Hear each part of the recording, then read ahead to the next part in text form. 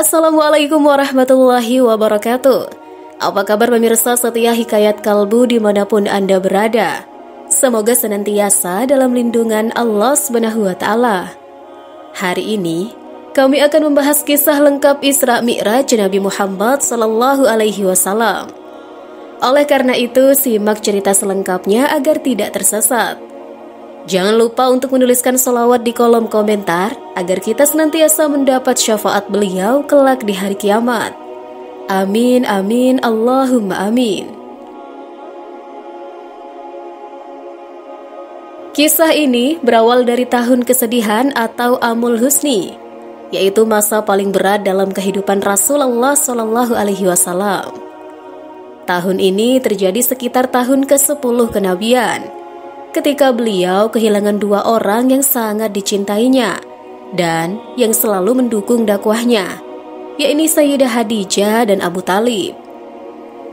Sayyidah Khadijah adalah istri pertama Rasulullah yang telah mendukungnya dengan penuh kasih sayang sejak awal kenabian.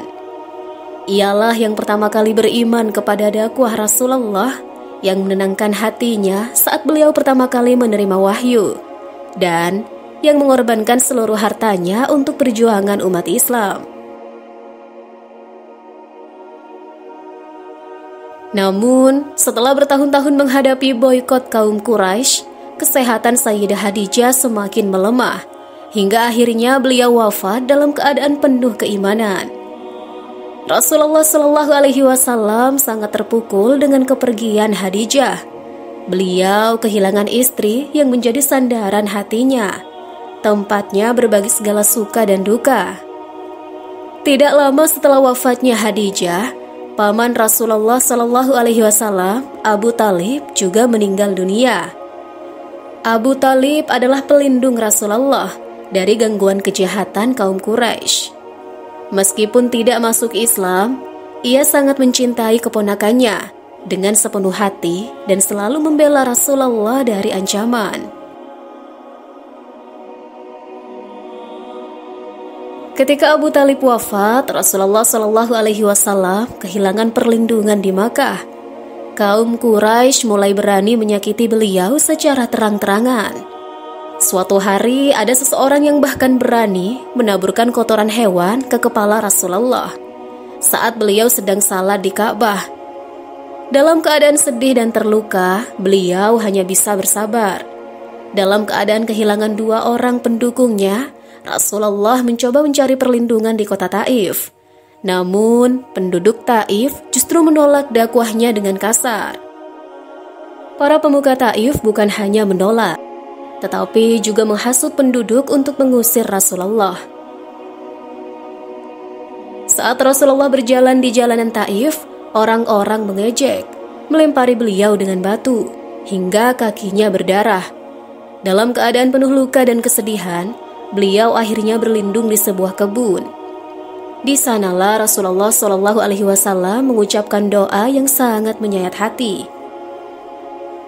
Ya Allah, kepadamu aku mengadukan kelemahanku, ketidakberdayaanku, dan kehinaanku di hadapan manusia.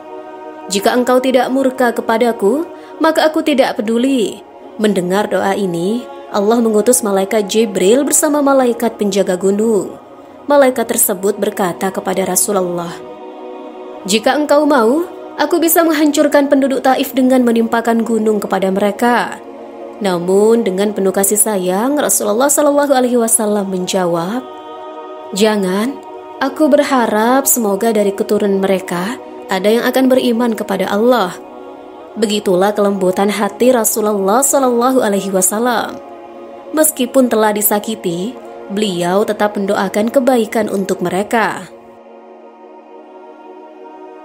Dalam kesedihan yang begitu mendalam, Allah akhirnya memberikan hadiah luar biasa kepada Rasulullah, yaitu Isra wal Mi'raj.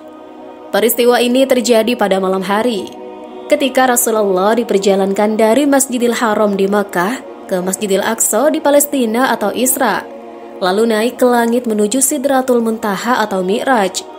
Di sana Rasulullah bertemu para nabi terdahulu dan akhirnya bertemu langsung dengan Allah SWT.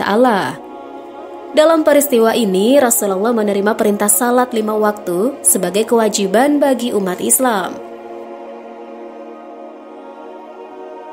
Perjalanan Nabi Muhammad SAW dalam peristiwa Isra Mi'raj berlangsung pada malam 27 Rajab tahun ke-11 kenabian. Pada malam itu, Rasulullah SAW tengah berbaring menyamping di Hijr Ismail yang terletak di dekat Ka'bah. Saat sedang beristirahat, 3 malaikat mendatanginya, yaitu malaikat Jibril, Mikail, dan Israfil. Ketiga malaikat tersebut membawa Rasulullah ke sumur Zamzam, lalu membaringkannya di sana. Dalam riwayat lainnya, disebutkan bahwa pada malam tersebut, atap rumah Nabi Muhammad SAW tiba-tiba terbuka. Malaikat Jibril masuk dan membedah dada Rasulullah untuk menyucikan hati dan batin beliau dengan menggunakan air Zam-Zam yang dibawa dalam bokor emas oleh malaikat Mikail. Setelah pembersihan ini selesai, bokor emas tersebut diisi dengan hikmah dan iman. Kemudian dituangkan ke dalam hati Rasulullah SAW. Hal ini dimaksudkan agar hati beliau dipenuhi dengan sifat-sifat mulia, seperti kesabaran, keilmuan, keyakinan, dan keislaman. Setelah selesai, tubuh Nabi Muhammad SAW dikembalikan seperti semula. Selanjutnya, Nabi Muhammad diminta menaiki burak, yakni makhluk berwarna putih dengan bulu yang indah. Ukurannya lebih besar daripada keledai, tetapi lebih kecil daripada bagal. Kendaraan ini akan membawa Nabi dalam perjalanan Isra Mi'rajnya. Malaikat Jibril berada di sisi kanan Rasulullah, sementara malaikat Mikail berada di sisi kirinya. Di tengah perjalanan, Rasulullah beberapa kali berhenti untuk melaksanakan salat sunnah atas perintah malaikat Jibril. Beberapa tempat yang disinggahi Nabi Muhammad memiliki makna yang besar, seperti Madinah yang kelak akan menjadi tempat hijrah beliau.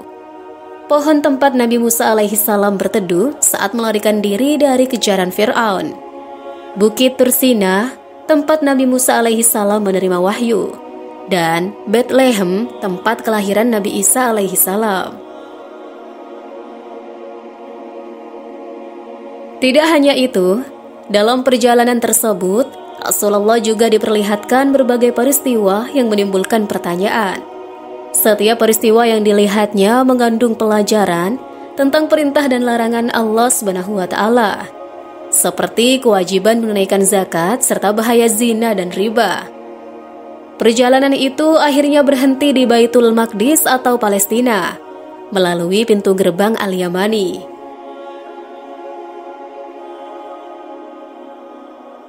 Setelah turun dari burak, malaikat Jibril mengumandangkan azan. Para nabi dan rasul yang diutus Allah SWT kemudian berkumpul untuk melaksanakan salat berjamaah dengan Nabi Muhammad SAW sebagai imamnya. Setelah melaksanakan salat di Baitul Maqdis, Nabi Muhammad SAW memulai perjalanan Mi'raj, yakni perjalanan menuju langit.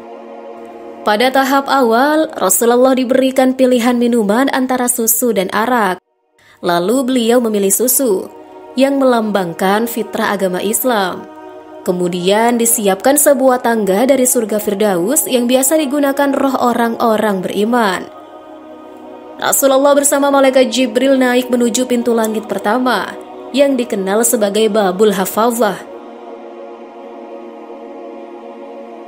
Di langit pertama, Nabi Muhammad SAW bertemu dengan Nabi Adam alaihissalam.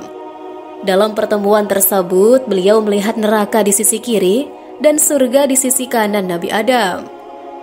Setelah itu, Nabi Muhammad melanjutkan perjalanan ke langit kedua, di mana Nabi bertemu dengan Nabi Isa dan Nabi Yahya alaihissalam. Perjalanan berlanjut ke langit ketiga, di mana Nabi Muhammad bertemu dengan Nabi Yusuf alaihissalam yang ditemani oleh sebagian umatnya. Di langit keempat, Rasulullah bertemu dengan Nabi Idris alaihissalam. Sedangkan di langit kelima, beliau bertemu dengan Nabi Harun alaihissalam. Ketika sampai di langit keenam, Nabi Muhammad bertemu dengan Nabi Musa alaihi salam dan menyaksikan umatnya. Setelah itu, Nabi Muhammad SAW mencapai langit ketujuh dan bertemu dengan Nabi Ibrahim alaihi salam yang sedang bersandar di Baitul Ma'mur, tempat ibadah malaikat di langit. Nabi Ibrahim menyambut Rasulullah dengan penuh kehangatan. Puncak perjalanan Nabi Muhammad SAW adalah ketika beliau tiba di Sidratul Muntaha, sebuah pohon besar dengan daun selebar telinga gajah. Dari tunasnya mengalir sungai-sungai yang menuju surga, sementara dua di antaranya mengalir ke bumi. Di tempat ini, takdir-takdir diturunkan dari ketinggian sebelum berhenti di Sidratul Muntaha. Di Sidratul Muntaha, Nabi Muhammad SAW menghadap Allah SWT dan menerima perintah salat sebanyak 50 waktu sehari semalam. Namun setelah berbincang dengan Nabi Musa alaihissalam di langit keenam, Rasulullah kembali menghadap Allah untuk meminta keringanan. Karena Nabi Musa mengingatkan bahwa umat manusia tidak akan sanggup melaksanakan salat sebanyak itu. Rasulullah bolak-balik menghadap Allah SWT hingga jumlah salat dikurangi menjadi 5 waktu saja. Meskipun hanya 5 waktu, Allah SWT menjanjikan pahala yang setara dengan melaksanakan 50 kali salat. Setelah menerima perintah salat 5 waktu ini, Nabi Muhammad SAW kembali bertemu dengan Nabi Musa alaihissalam. Nabi Musa masih menyarankan agar Rasulullah meminta pengurangan lagi. Tetapi Nabi Muhammad merasa malu dan menerima ketetapan itu dengan penuh keikhlasan. Perjalanan ini akhirnya membawa Nabi Muhammad kembali ke bumi. Perjalanan menuju Masjidil Aqsa disebut sebagai Isra, sedangkan perjalanan melintasi langit ke Sidratul Muntaha disebut sebagai Mi'raj. Oleh karena itu, peristiwa ini dikenal sebagai peristiwa Isra Mi'raj, yang menjadi tonggak penting dalam sejarah umat Islam. Peristiwa Isra Mi'raj dikisahkan Allah SWT dalam surah Al-Isra dan An-Najm. Dalil tersebut merupakan bukti terjadinya peristiwa Isra Mi'raj yang menjadi tanda permulaan diwajibkannya umat muslim mengerjakan sholat 5 waktu. Adapun potongan ayatnya adalah sebagai berikut. Artinya, Maha Suci Allah yang telah memperjalankan hambanya kepada suatu malam dari Masjidil Haram ke Masjidil Aqsa, yang telah kami berkahi sekelilingnya agar kami perlihatkan kepadanya sebagian dari tanda-tanda kebesaran kami. Sesungguhnya ia adalah Maha mendengar lagi Maha mengetahui. Quran Surat Al-Isra ayat 1. Dan sesungguhnya Muhammad telah melihat Jibril itu dalam rupanya yang asli pada waktu yang lain, yaitu di Sidratul Muntaha. Di dekatnya ada surga tempat tinggal. Muhammad melihat Jibril ketika Sidratul Muntaha diliputi oleh sesuatu yang meliputinya. Penglihatannya Muhammad tidak berpaling dari yang dilihatnya itu dan tidak pula melampauinya. Sesungguhnya dia telah melihat sebagian tanda-tanda kekuasaan Tuhannya yang paling besar. Quran Surat An-Najm ayat 13 hingga 18.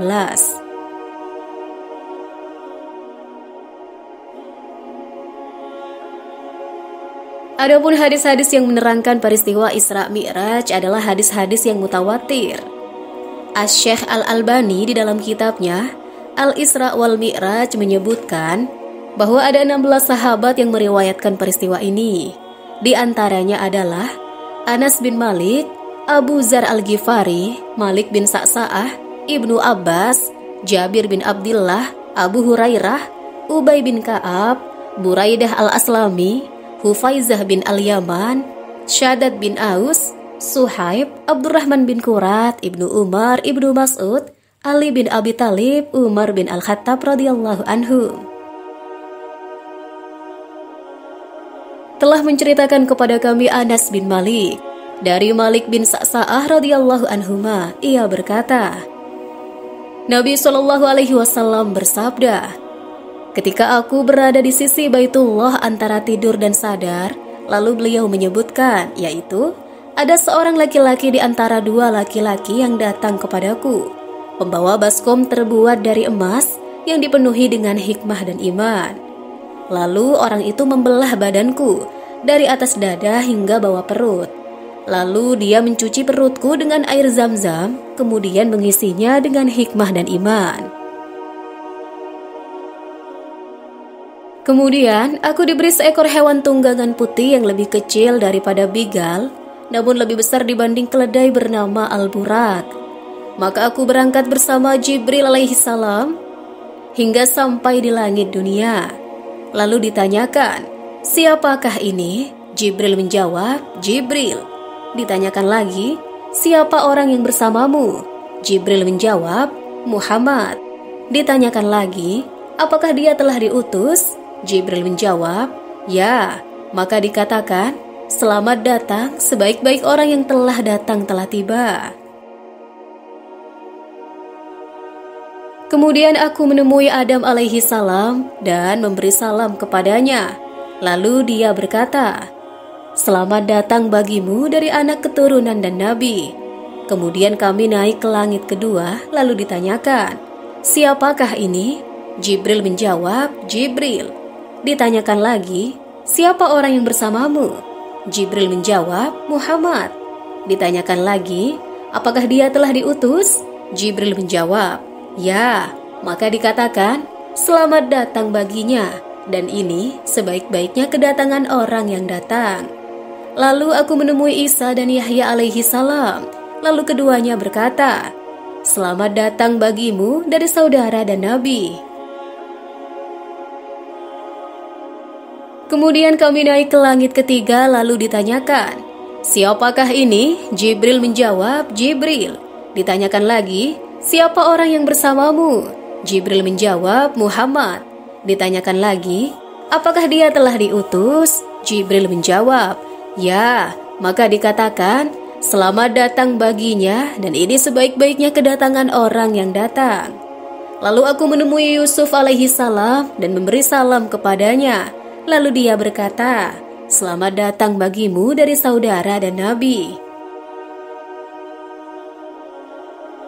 Kemudian kami naik ke langit keempat, lalu ditanyakan, siapakah ini? Jibril menjawab, Jibril. Ditanyakan lagi, siapa orang yang bersamamu? Jibril menjawab, Muhammad. Ditanyakan lagi, apakah dia telah diutus?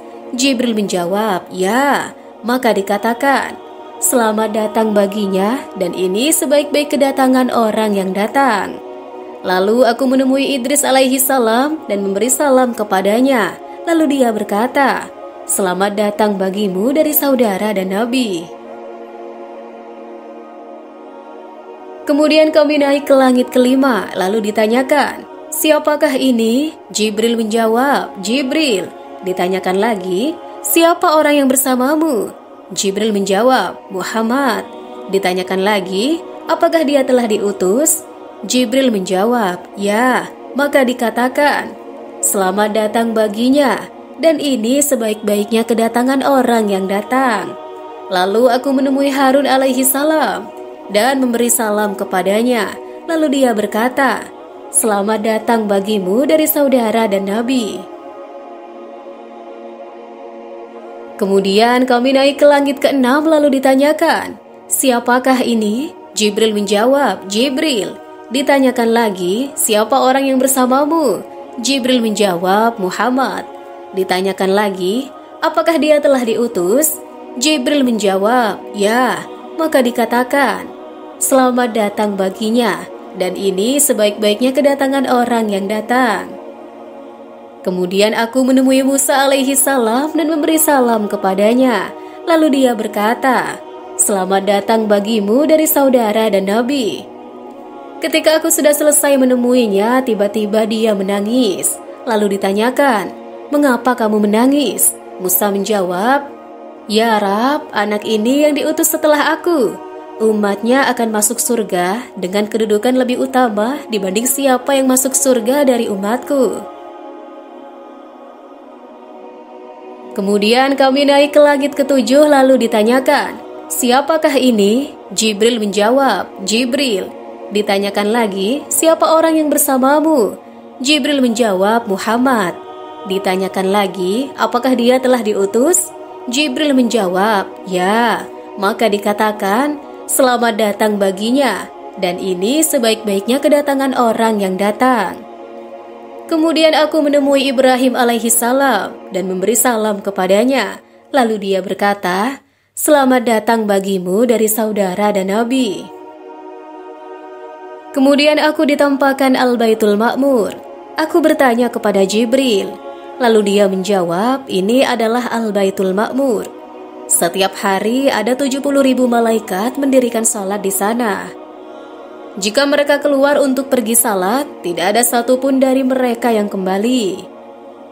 Kemudian diperlihatkan kepadaku Sidratul Muntaha, yang ternyata bentuknya seperti kubah, dengan daun jendelanya laksana telinga-telinga gajah. Di dasarnya ada 4 sungai yang berada di dalam atau disebut batinan, dan di luar atau zahiran. Aku bertanya kepada Jibril, maka dia menjawab, "Adapun batinan berada di surga, sedangkan zahiran adalah An-Nil dan Al-Yufrat, 2 nama sungai di dunia." Kemudian diwajibkan atasku salat 50 kali dalam sehari. Aku menerimanya, hingga aku datang kepada Musa alaihi salam dan bertanya, "Apa yang telah diwajibkan?" Aku jawab, "Aku diwajibkan salat 50 kali. Musa berkata, "Akulah orang yang lebih tahu tentang manusia daripada engkau. Aku sudah berusaha menangani Bani Israel dengan sungguh-sungguh, dan umatmu tidak akan sanggup melaksanakan kewajiban salat itu." Maka dari itu, kembalilah kau kepada Rabbmu dan mintalah keringanan. Maka aku meminta keringanan, lalu Allah memberiku 40 kali salat.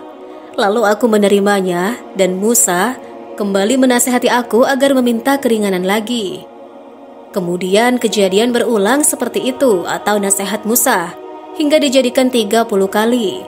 Lalu kejadian berulang seperti itu lagi, hingga dijadikan 20 kali. Kemudian kejadian berulang lagi, hingga menjadi 10. Lalu aku menemui Musa, dan dia kembali berkata seperti tadi, hingga dijadikan 5 waktu. Lalu aku kembali menemui Musa, dan dia bertanya, "Apa yang kamu dapatkan?" Aku jawab, "Telah ditetapkan 5 waktu." Dia berkata seperti tadi lagi. Aku katakan, "Aku telah menerimanya dengan baik." Tiba-tiba ada suara yang berseru, "Sungguh, aku telah putuskan kewajiban dariku ini, dan aku telah ringankan untuk hamba-hambaku, dan aku akan balas setiap satu kebaikan atau salat dengan 10 balasan atau pahala." Hadis riwayat Bukhari. Adapun hikmah di balik peristiwa Isra Mi'raj yaitu 1. Ujian keimanan melalui peristiwa Isra Mi'raj. Peristiwa Isra dan Mi'raj merupakan ujian bagi kaum muslim untuk mempertahankan keimanannya. Bagi orang yang beriman, mereka percaya bahwa tidak ada yang mustahil bagi Allah. Sebaliknya, bagi yang tidak beriman, mereka sulit untuk menerima hal-hal yang tidak masuk akal atau di luar logika mereka. 2. Pentingnya membersihkan hati untuk meningkatkan derajat.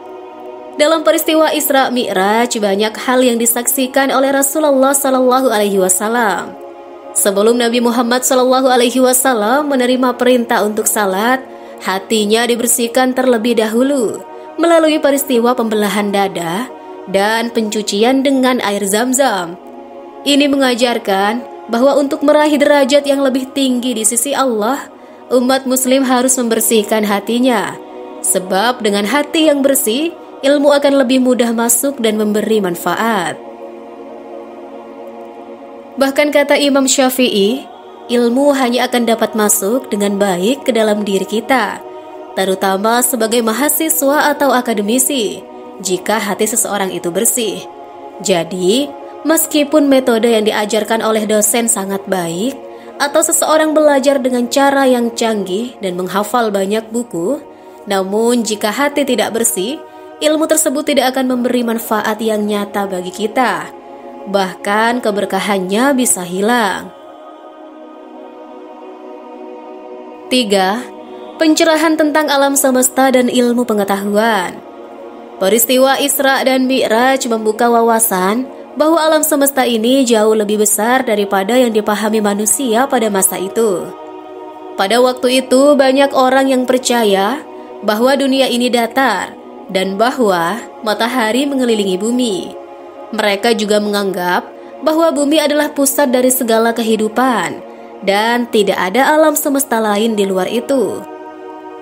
Tetapi dengan turunnya ayat Al-Quran ini menunjukkan bagaimana Allah Subhanahu wa Ta'ala ingin menunjukkan kepada umat manusia bahwa bumi yang mereka huni hanyalah sebagian kecil dari alam semesta yang diciptakannya.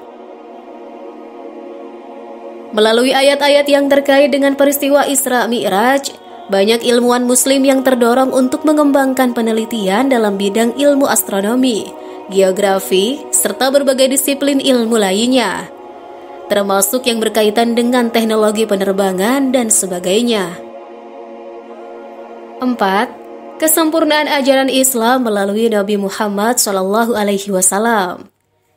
Dalam peristiwa Isra Mi'raj, Nabi Muhammad SAW menjadi imam bagi nabi-nabi sebelumnya, termasuk Nabi Adam, Nabi Idris, dan Nabi Ibrahim. Hal ini menunjukkan bahwa Islam yang dibawa oleh Nabi Muhammad adalah agama yang sempurna dan paripurna. Adapun ajaran-ajaran yang dibawa oleh nabi-nabi sebelumnya hanyalah bagian dari wahyu yang disempurnakan oleh Nabi Muhammad SAW. Isra Mi'raj adalah penghiburan bagi Rasulullah. Allah ingin menunjukkan kepadanya, meskipun beliau kehilangan orang-orang yang dicintainya, Allah tetap bersamanya.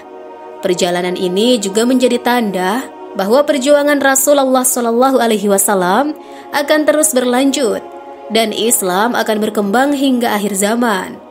Tahun kesedihan adalah ujian berat bagi Rasulullah.